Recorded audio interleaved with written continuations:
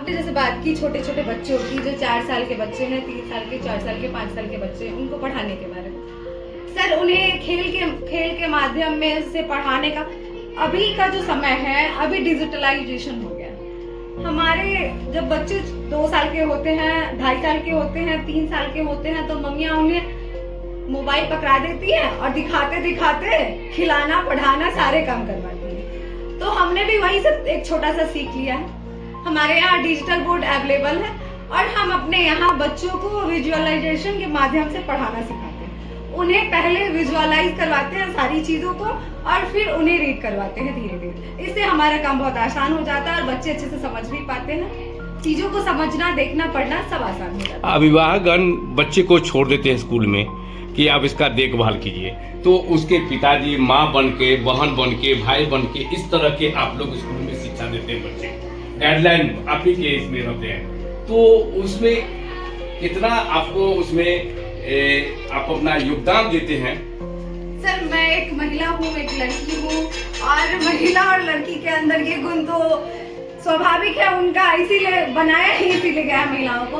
और मैं इस पद पे कार्यरत हूँ तो मुझे बहुत खुशी होती है बच्चों की देखरेख करने में और मैं कोशिश करती हूँ कि अपने टीचर में मेरे अंदर जो भावना है उसे ट्रांसफर करूँ उनके अंदर और उनको भी प्रेरित कर सकूँ। और देखरेख की बात है तो बच्चों की देखरेख बिल्कुल माँ बहन जैसा कि आपने बताया उस रूप से करती हूँ मैं। बच्चों के लंच के टाइम में खाना का ध्यान रखना, किसने किया नहीं किया, ये सारी चीजें मैं अपने टीचर्स को भी बताती हूँ और खुद देखरेख करती हूँ। इसके लिए मेरे गार्जियंस भी खुश रहते हैं इस चीज के लिए कि हाँ हमारे टीचर्स जो है देखरेख करते हैं अच्छे से। तो सर इसके लिए संतुष्ट हैं बच्चे भी, मैं भी, और हमको भी खुशी होती है इस काम को करके। अभी देखा गया कि छोटे छोटे बच्चे में मतलब कि जो है संस्कार जो होता है, जो बड़ों का रिस्पेक्ट करना, ये लोग भूल रहे हैं। तो आपके स्कूल में बहुत चर्चित है कि बच्चे को संस्कार भी आप बच्चे को सिखाते हैं कि बड़ों को कैसे आदर करना चाहिए, कोई अतिथिगण आए तो उसको कैसे आदर करना चाहिए, रिस्पेक्ट करना चाहिए।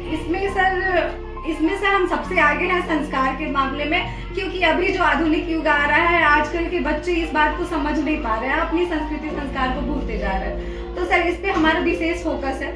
छोटे बच्चों को विशेष रूप से सिखाते हैं हम लोग कि अगर आप सुबह उठते हैं तो चरण छूकर अपने घर के सभी बड़े लोगों का चरण स्पर्श करें, उसके बाद अपने कार्य को शुरू करें, ब्रश करना, नहाना धोना।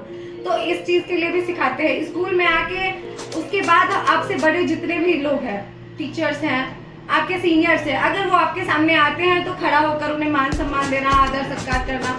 उसके अलावा सर समय समय पर हमारे यहाँ फंक्शंस होते हैं, कार्यक्रम किए जाते हैं, उसमें संस्कृति के बारे में भी बताते हैं सर। हमारा हर एक फंक्शन हमारी संस्कृति पे ही आधारित होता है, उसी से इंस्पायर होता है।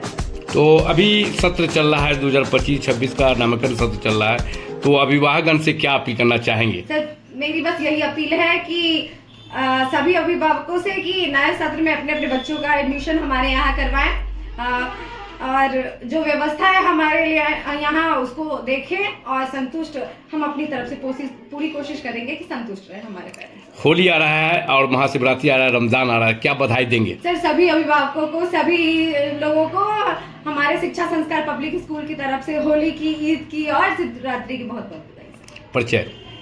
सर मेरा नाम प्रज्ञा पुष्पम हुआ, मैं शिक्षा संस्कार पब्लिक स्कूल की प्राचार्य हूँ। धन्यवाद।